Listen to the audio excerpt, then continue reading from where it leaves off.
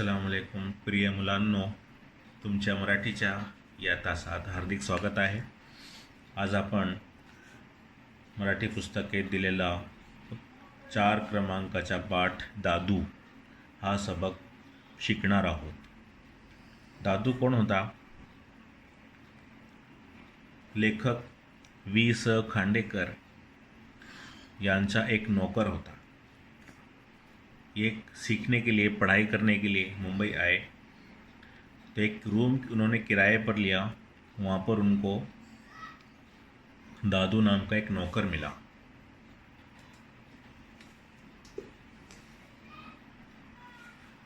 वि.स. खांडेकर इन्होंने बहुत सारी पुस्तकें लिखी है. त्यांचा जन्म 1898 साली झाला आणि त्यांचा मृत्यू 1976 या रोजी झाला. ज्ञानपीठ पुरस्कार विजेते साहित्यिक, कादम्बरीकार. कादम्बरी यानी सवाने हयात, लोगों की सवाने हयात भी उन्होंने बहुत लिखी है. बहुत सारे सबक लिखे आहे बच्चों के लिए. मुलांसाठी त्यांनी फार काही लिहिलेले आहेत. तर आपण सुरू करावा. मी वाचतो, तुम्ही माझ्यानंतर त्याला रिपीट करा. आप लोग उसको रिपीट करेंगे ताकि उसको पढ़ना आ जाए. और आपकी पढ़ने की जो स्पीड है वो बढ़नी चाहिए. इसलिए अच्छी तरह से हर लफ्ज़ को पहले धीरे धीरे पढ़ेंगे और बाद में ही स्पीड बढ़ती है. मी इथे शिकायला आलो होतो. लेखक कह रहा है कि मैं यहाँ सीखने आया था. 2 खोल्यांचे घर मिळाले. खोली यानी कि रूम. आणि मालकातर्फे दादू नावाचा, मालिक की तरफ से दादू नावाचा अनुभवी गडीही लाभणार होता. गडी यानी कि हेल्पर होता है, नौकर, काम में मदद करने वाला. अनुभवी मतलब तजुर्बेकार. अनुभवी, आप लोग इसका मीनिंग लिखेंगे अपनी कॉपी में, इसको अंडरलाइन करके. तजुर्बेकार. दादू ही व्यक्ति वरवर पाहिली. वर यानी ऊपर से. उसका हुलिया देखेंगे अगर तो एक ज़रा विचित्र ही था. अजीब देहाती मंज़र था. धोती पहना हुआ. धोती तो ज़माने में थी ही, लेकिन अपने आप को ज़्यादा संवारा हुआ नहीं था. एक खांदा. विचित्र रीतीने उडवत चालण्याची त्याची लकब होती. एक खांदा विचित्र, देखिए यहाँ पे, अजीब तरह से, रीतीने, उड़वत चालण्याची एक त्याची लकब होती. जैसे होता है ना, बहुत से लोग जब चलते हैं, आदत होती किसी का, कोई कंधा हिलाते हुए चलता है, कोई पता नहीं टेढ़े मेढ़े पैर डाल के चलता है. तो इस तरीके से उसकी भी आदत थी. वाढ़लेली दाढ़ी. अब जो लोग क्लीन शेव रहते हैं, थोड़ी सी अगर उनकी दाढ़ी बढ़ जाए, काफ़ी दिनों तक अगर वो ना करें तो बहुत बुरे नज़र आते हैं. खाजवत, खुजा रहा था, और खुजाते खुजाते माझ्याशी बोलू लागला, मुझसे बात करने लगा, लेखक कह रहा है. तो ऐसा बहुत बुरा मंजर नज़र आता है वो. तेव्हा माझ्या मनात आले, लेखक ने सोचा, या म्हाताऱ्याला आपण गडी म्हणून ठेवणे महामूर्खपणा होईल. इसको तो अपने पास रखना है तो बहुत बुरी बेवकूफ़ी होगी. महामूर्खपणा, बेवकूफ़ी. ही पीड़ा चुकवायची है. अब इस बला को कैसे दफ़ा करूँ मैं. पीड़ा यानी कि दफ़ा. अब इसको लेखक उसको भगाने के पीछे पड़ गया कि इसको मैं किस तरह से यहाँ से 9-2-11 करवा दूँ. तो उसने एक नवीन युक्ति मला सुचली. नवीन युक्ति का मतलब होता है आइडिया. दादूचा पूर्वीचा पगार फक्त 3 रुपये होता. इससे पहले जहाँ काम करता था उसके 3 ही रुपये मिलते थे. देखिए, 3 रुपये एक महीने की पगार. आता तो 4 किंवा 5 रुपये मागेल. अब वो क्या करेगा, 4 नहीं तो 5 रुपये मागेगा. आणि तसे मागितले की तुझ्यासारखा, तेरे जैसा लबाड.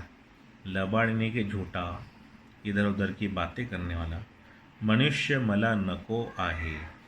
मुझे नहीं चाहिए तेरे ऐसा लबाड़ आदमी. मैं तुझे नहीं रखना चाहता हूँ. ऐसा मैं उसको कह दूँगा.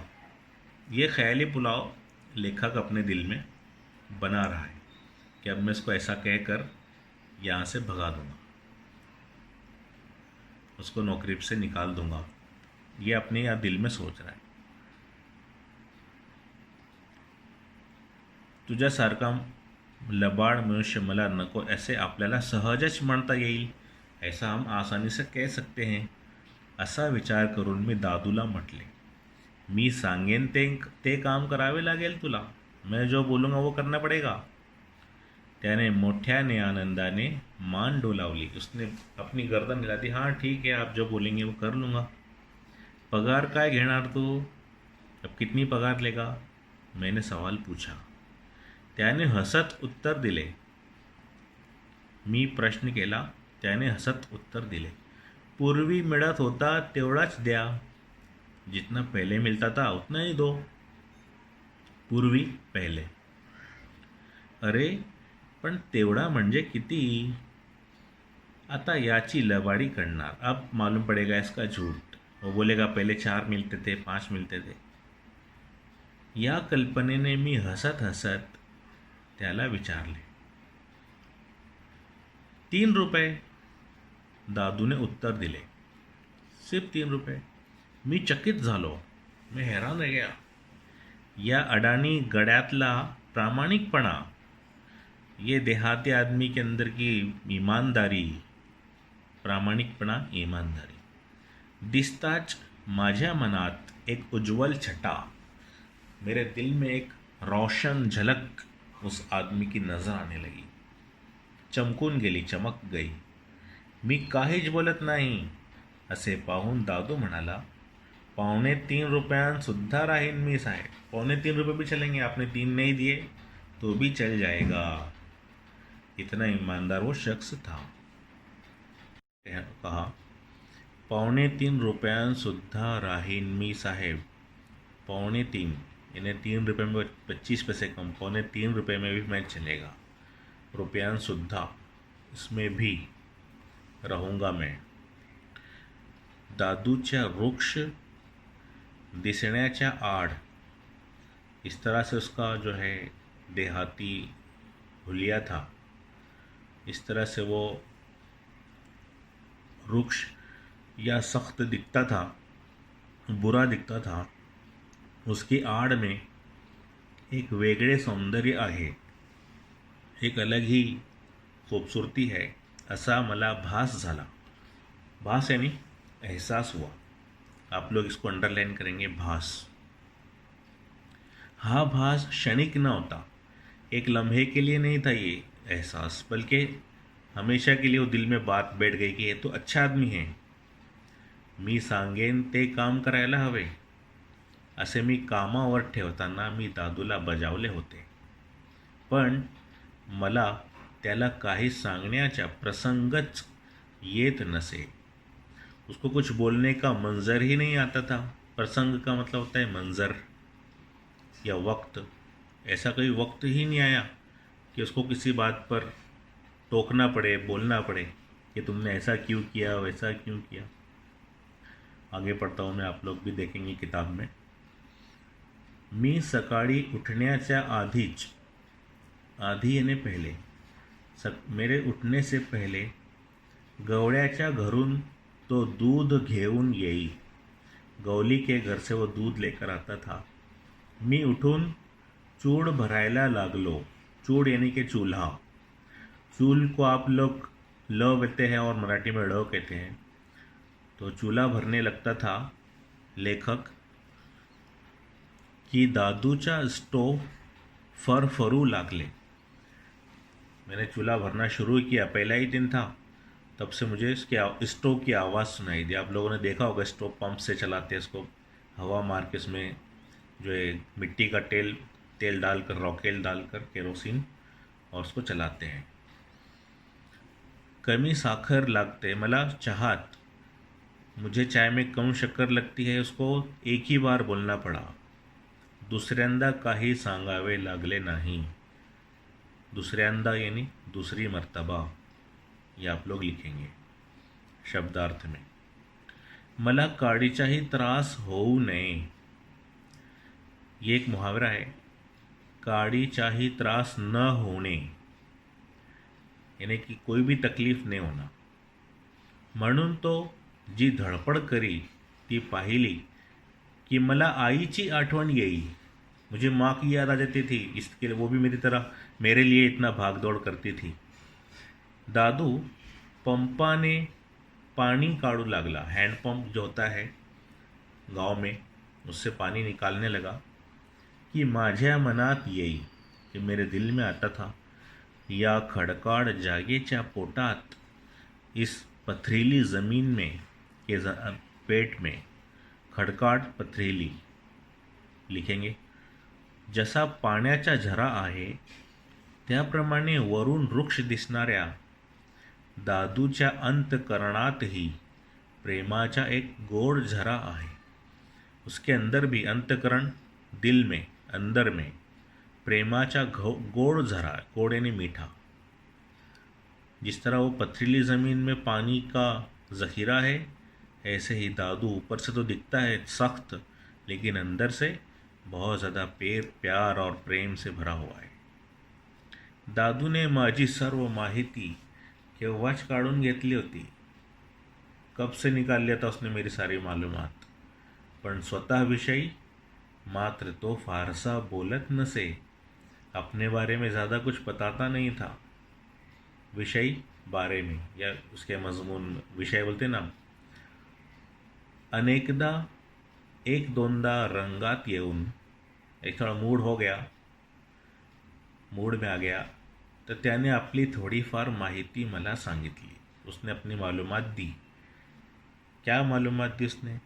त्याचा मुलगा माझ्या एवढाच आहे. उसका बेटा मेरे इतना ही है. सोलापूरला कुठल्याशा गिरणीत होता. सोलापुर में किसी गिरनी में काम करता है.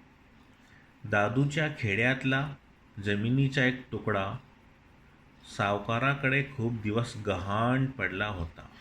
गहाण का मतलब होता है गिरवी रखना. दादू ने किसी देहात में खेड्यातला ज़मीनीचा टुकड़ा, ज़मीन का हिस्सा कर्ज लेकर उसको गिरवी रखा था कि भाई ये ज़मीन आप ले लो, हमको कर्ज दे दो. जब हम कर्ज लौटा देंगे तब आपकी ज़मीन हमारी ज़मीन, अपनी ज़मीन वापस ले लेंगे. म्हातारपणामुळे, बुढ़ापा ये लिखिए म्हातारपणा, शेती यानी खेत होईनाशी झाली. अब उसके बुढ़ापे की वजह से खेत का काम वो कर नहीं सकता था.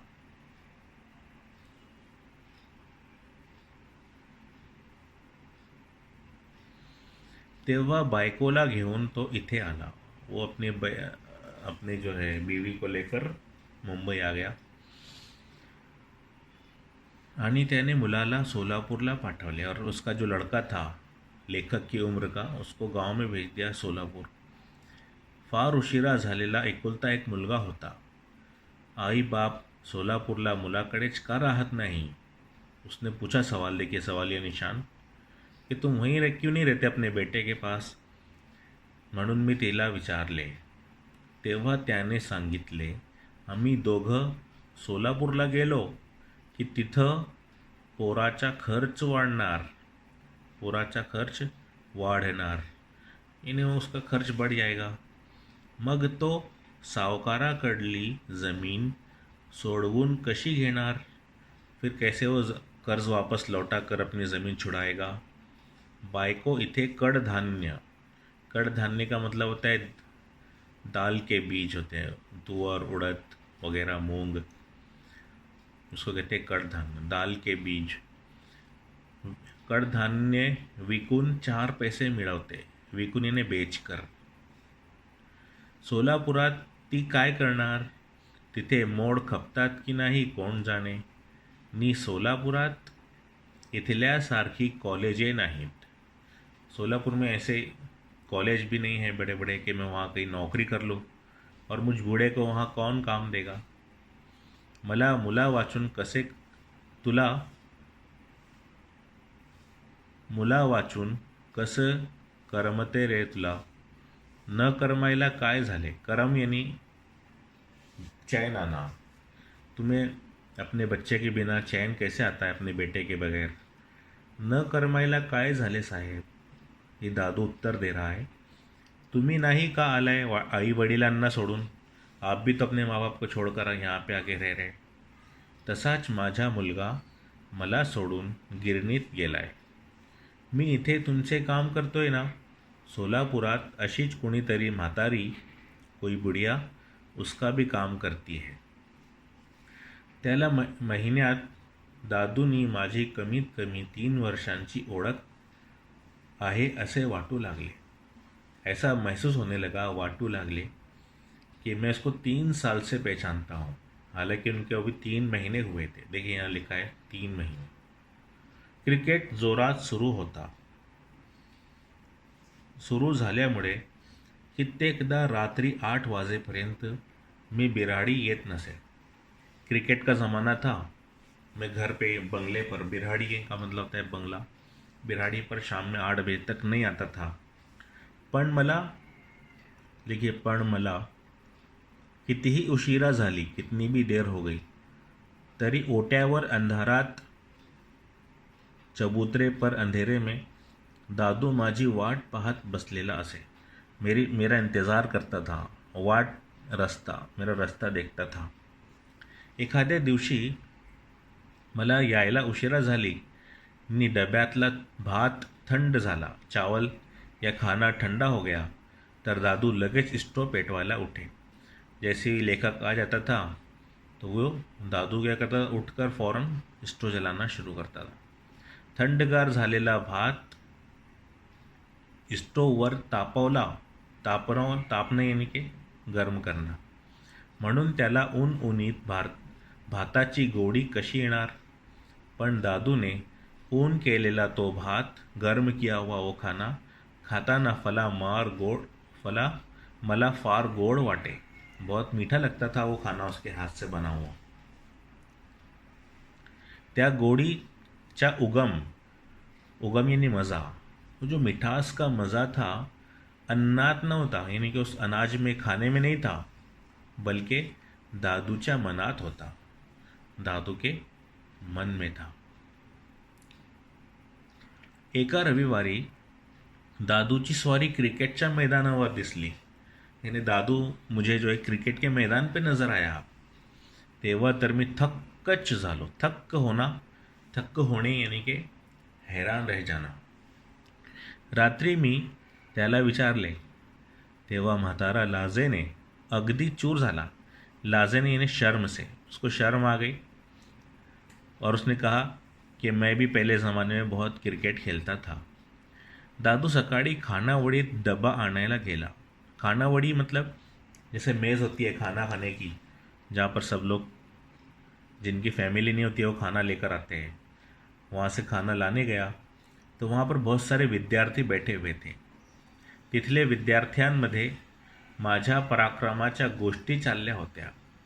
पराक्रम यानी फटकेबाजी जो होती है, उनकी बहुत अच्छी बल्लेबाजी. लेखक ने बहुत अच्छा खेला था, उसके बारे में वहाँ के विद्यार्थी बातचीत कर रहे थे कि उसने कितना अच्छा खेला. त्या ऐकून दादूला वाटले की आपल्या साहेबांच्या खेळाची सारे लोक इतकी स्तुती करतात, तेव्हा आपणही तो पाहावा कि अपने जो साहब है, अपने रूम के मालिक, उनकी इतनी लोग तारीफ़ कर रहे हैं. स्तुती, देखिए यहाँ पे तारीफ यहाँ पे लिखेंगे. सप्टेंबरच्या शेवटी आठवड्यात बाहेरगावी एक सामना ठरला. जहागीरदार नावाचा माझ्या कॉलेजातला एक मित्र आमचा कप्तान होता. जहागीरदार नाम का जो दोस्त था इसका, वो कैप्टन था. माझी फलंदाजी, त्याची गोलंदाजी. देखिए, फलंदाजी यानी बैटिंग, बल्लेबाजी, और गोलंदाजी का मतलब होता है बॉलिंग. असा धुव्वा उडवला आम्ही दुसऱ्या बाजूने दूसरी टीम का. धुआं उड़ाने ये भी एक मुहावरा है, वाक प्रचार है, सॉरी. मुहावरा हिंदी में कहते हैं और मराठी में वाक प्रचार कहते हैं. धुआं उड़ाने यानी किसी को हरा देना. ये सवालात में आएगा अभी. परत येताना मी जहागीरदारच्या गाडीमध्ये बसलो. जहागीरदार की गाड़ी में बैठकर आने लगे. गाडी हाँकणे आणि सामन्याच्या गप्पा मारणे. गाड़ी हाँकणे, गाड़ी चलाना, आणि सामन्याच्या गप्पा मारणं. सामना यानी की क्रिकेट मॅच की बातें करना. 2 गोष्टींपैकी अधिक बेफामपणे तो कोणती गोष्टी करत होता हे सांगणे फार कठीण आहे. यानी हमारी सारी बातें दो चीज़ों पर थी, एक तो कार चलाने पर और मॅच पर. खेळताना मनुष्याला भान नसते. खेलते वक्त इंसान को होश नहीं रहता है कि मैं कितना थक रहा हूँ. त्यामुळे खेळाच्या श्रमाने, उसकी मेहनत की वजह से माझे अंग किती आंबून गेले आहे. आंबून जाणे, ये भी एक मुहावरा है, कहावत, सॉरी, अपना वाक्य प्रचार है. आंबून जाणे, इसका मतलब होता है कि बहुत थक जाना. याची कल्पना, इसका एहसास गाडीत बसेपर्यंत मला आला नाही. मग मात्र अंग ठणकू लागले. ठणकना यानी के दुखना, अंग दुखने लगा, जो बॉडी थी उसकी, क्रिकेट की वजह से.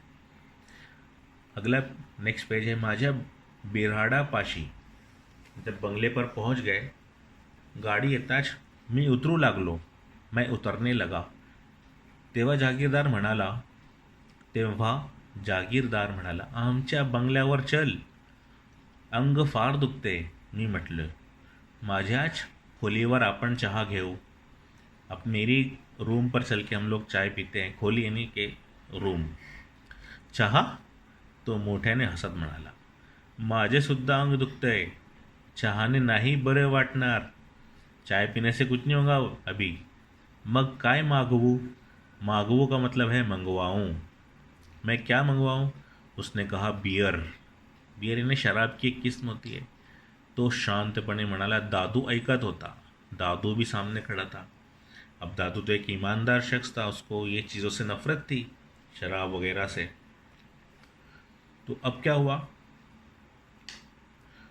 मैं सोचने लगा, मैं विचारात पडलो.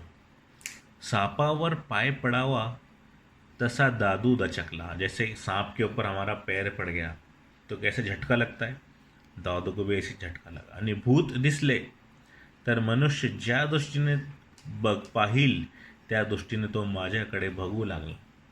कि जैसे उसको मैं भूत नज़र आ रहा हूँ. ऐसा क्या हो गया कि वो मुझे इतनी गौर से घूर घूर के देखने लगा.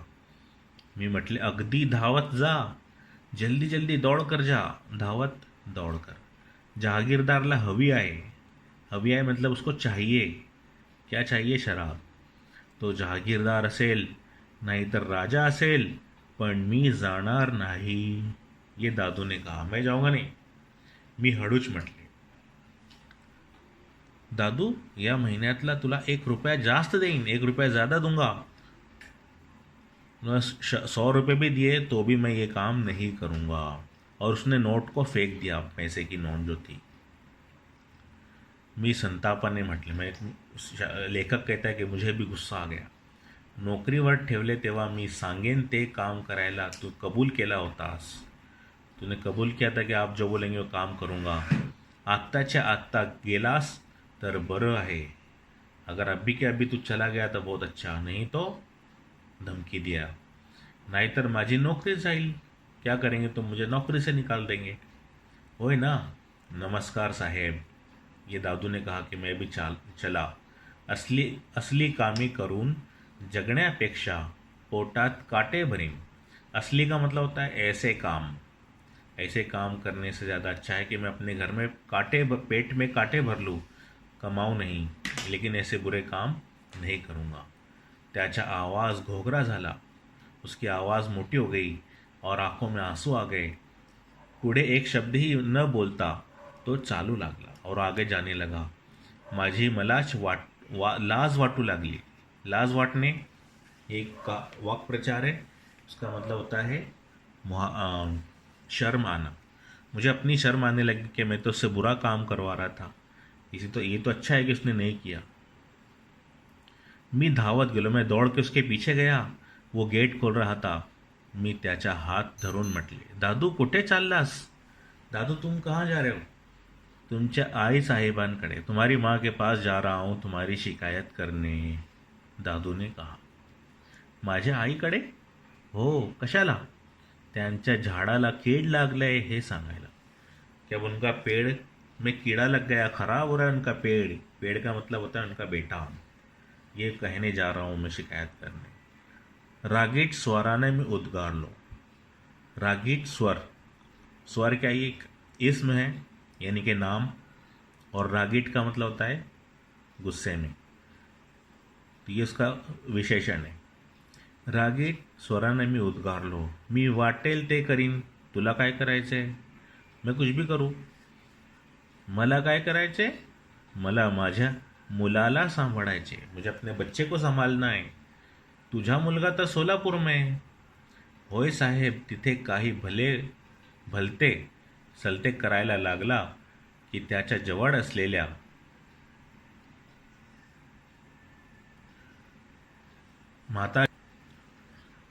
तिथे असलेल्या म्हातारी त्याला आवरायला नको का?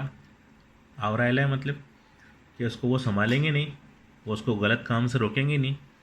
जो भी लोग उसके पास होंगे तिथे लोकांनी त्याला सांभाळायला हवे. मग इथे मी तुम्हाला सांभाळतोय कि जैसे उन्होंने अपने छोटों को संभालना चाहिए, ऐसे मैं तुमको संभाल रहा हूँ.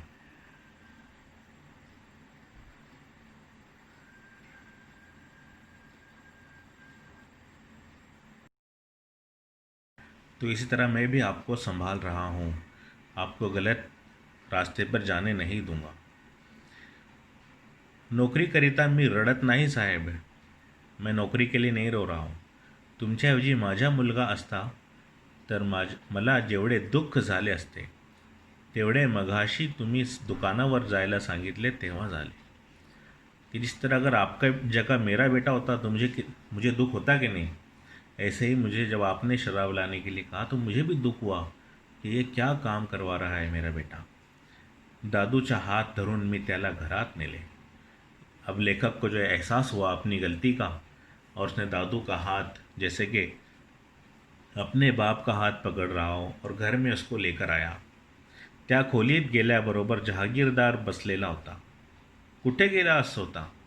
यानी कि वहाँ पर जागीरदार बैठा हुआ था उसके इंतज़ार में कि अब लेकर आएगा.